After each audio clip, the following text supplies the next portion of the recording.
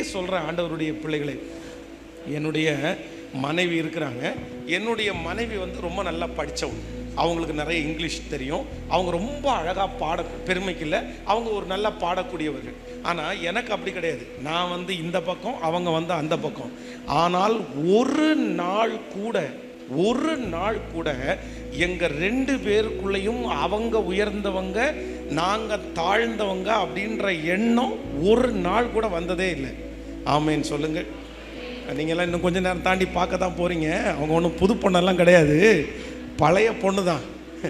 அதனால என்ன பார்த்தா போதும்னு நினைக்கிறேன். ஓகே, கைகளை அசைத்து ஒரு ஹல்லேலூயா சொல்லலாம். இத்தனை நேரம் திரும்பி பார்க்காதவங்க நீங்கள் இப்போ திரும்பி பார்த்தா இன்னும் கொஞ்ச நேரத்தில் வந்துடுவாங்க. ஆமென். அப்போது ஒன்று நினைத்து கொள்ளுங்கள் ஆண்டவருடைய பிள்ளைகளே, உயர்ந்தவர்கள் எப்போ வந்து நான் சொல்லும் போதும் நான் என்ன சொல்லுவேன் அப்படின்னு சொன்னால், சார் உன்ன மாதிரி இருக்காது, நீ உன்ன மாதிரி ஒரு ஆசீர்வதிக்கப்பட்ட பிள்ளையாரு, நீ நல்லா ஜெபம் பண்ணுறவா, நீ நல்லா. அவங்க என்ன பார்த்து சும்மா நீங்கள் இந்த மாதிரி சொல்லிட்டு இருக்காதீங்க, நீங்கள் அவ்வளோ எட்டாத உயரத்தில் இருக்கிறீங்கன்னா நான் ஒரு பூச்சி மாதிரி உங்களிடத்தில் வந்து அண்டிட்டு இருக்கிறேன். இன்னைக்கு எனக்கு இருக்கிற ஃபேமு, எனக்கு இருக்கிற உயர்வு, எனக்கு 4 பேர் என்னை பார்த்து பிரைஸ் தி லார்ட் சொல்கிறாங்கன்னா அத்தனைக்கும் உங்களுடைய நிழலில் தான் நான் நிற்கிறேனே தவிர என்னை யாருக்கு தெரியும்? அப்போது இன்னைக்கு கர்த்தருக்கு முன்பாக பலிபீடத்தில் சொல்கிறேன், என்னுடைய மனசுலேயும் நான் நினச்சதில்லை, என்னை விட அவங்க குறைஞ்சவங்க நானும் நினச்சதில்லை, அவங்களும் அவங்க மனசுக்குள்ளே கூட என்ன குறைஞ்சவங்களா ஒரு நாள் கூட நினச்சதில்லை. ஒருவேளை நான் ஒரு நாள் அவங்கள பார்த்து கேட்டேன், நான் ஒரு நாள் இந்த மாதிரி இவ்வளோ ஒரு பெரிய ஊழியக்காரனாக இல்லை அப்படின்னா, ஒரு சாதாரணமான ஒருத்தனாக இருந்து ஒரு வேலைக்கு கூட போக முடியாத ஒரு நபராக இருந்தால் நீங்கள் என்ன பண்ணியிருப்பீங்கன்னு கேட்டால் அவன் என்ன சொன்னாங்க தெரியுமா? அதெல்லாம் ஒன்றும் பிரச்சனை இல்லை, நான் வேலைக்கு போய் உங்களை காப்பாற்றியிருப்பேன். அப்போது ஆண்டவருடைய பிள்ளைகளே, ஒன்று நினைத்து கொள்ளுங்கள். சில நேரங்களில் நம்ம என்ன பண்ணுறோம் அப்படின்னா, இந்த பிள்ளைங்க பசங்கள்லாம் பண்ணுற தப்பு என்ன தெரியுமா? உங்கள் அப்பா பெரிய ஆளா? எங்கள் அப்பா எவ்வளோ பெரிய ஆள் தெரியுமா? எங்கள் அம்மா எவ்வளோ பெரிய ஆள் தெரியுமா? உங்களுடைய சொந்த குடும்பத்தை நீங்கள் மறக்கிற வரைக்கும் கர்த்தர் உங்களுக்கு கொடுத்திருக்கிற குடும்பத்தை கண்டிப்பாக கட்டவே முடியாது.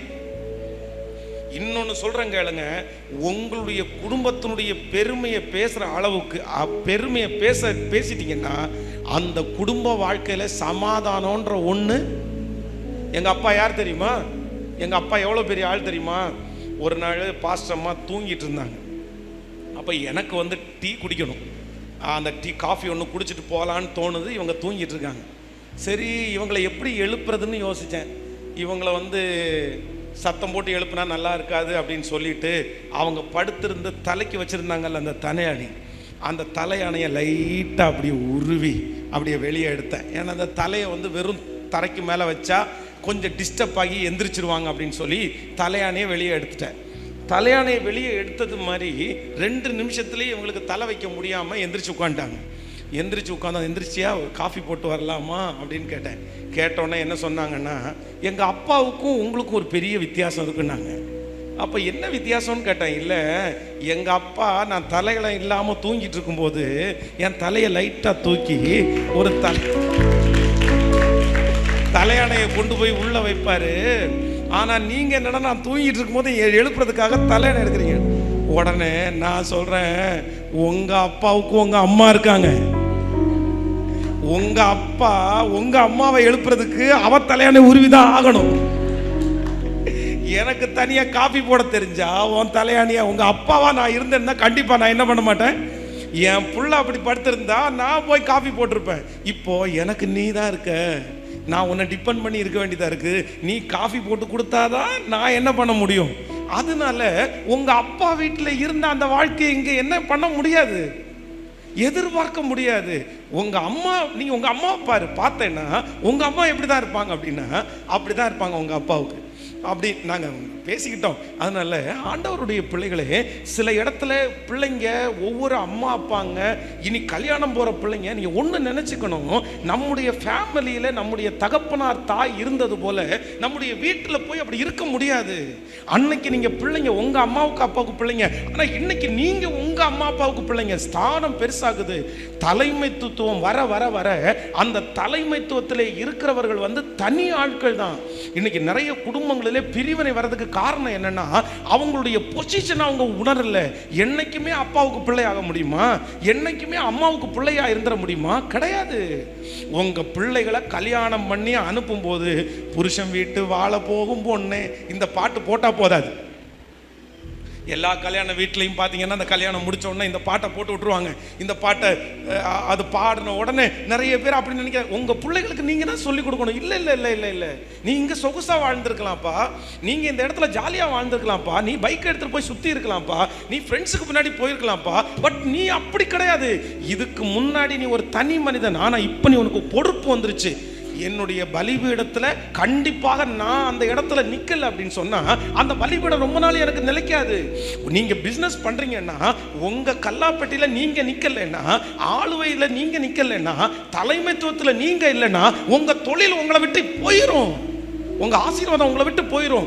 நீங்க நிக்க வேண்டிய இடத்துல தியாகம் பண்ணி தான் பாருங்க. கடையில வேலை செய்யற ஒருத்தருக்கு எந்த அக்கறையும் இருக்காது.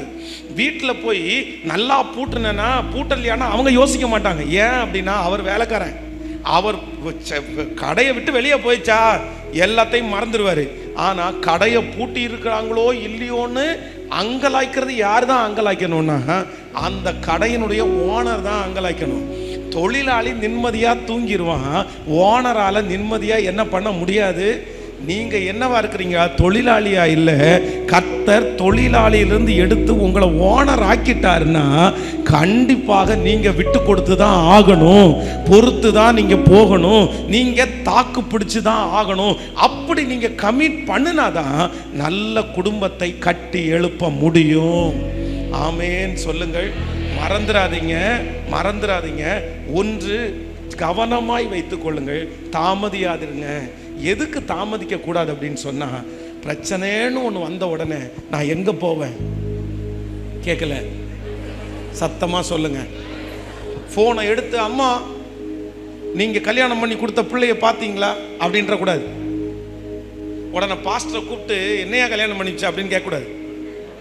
ஆமா, யார்கிட்ட போகணும்? உங்க பிள்ளைகளும் உங்களுடைய பசங்களும் உங்களுக்கு ஃபோன் பண்ணி இந்த மாதிரி ஒரு பிரச்சனைன்னு சொல்லும் போது நீங்க என்ன சொல்லணும் அப்படின்னு சொன்னா, நான் உனக்கு ஜெபம் பண்றப்பா, நான் உனக்கு ஜெபம் பண்றப்பா. குடும்பம்ன்றது ஏற்றத்தாழ்வு இருக்கதான்ப்பா செய்யும், நிறைவு குறைவு இருக்கதான் செய்யும்ப்பா. ஆனா நீ ஜெபம் பண்ணு, கண்டிப்பா உன் குடும்ப வாழ்க்கையை கர்த்தர் கட்டுவார். நீ ஆண்டவரிடத்துல போ, நீ ஆண்டவரிடத்துல போ.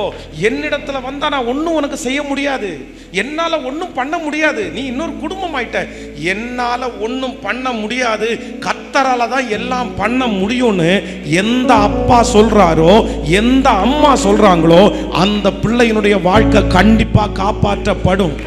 நான் பார்த்துக்கிறேன், நான் பார்த்துக்கிறேன், நான் பார்த்துக்கிறேன்னு சொல்ற இந்த ஜெபத்துல யார் இருக்கீங்கன்னு தெரியல. ஆனா ஏதாவது ஒரு தகப்பனார், என்னுடைய அப்பா மாதிரி உங்களை நான் நினைக்கிறேன். நான் தூரத்து ஆட்களை மாதிரி நான் நினைக்கல. உங்க மேல ரொம்ப பாசம் வச்சு சொல்றேன். உங்க பிள்ளைய பார்த்தோ பையனை பார்த்தோ நான் பார்த்துக்கிறேன்ற வார்த்தைய கல்யாணம் முடிச்சு சொல்லாதீங்க, சொல்லாதீங்க. நீங்க எத்தனை நாள் பார்ப்பீங்கன்னு சொல்லுங்க. நீங்க எத்தனை நாள் பார்ப்பீங்க?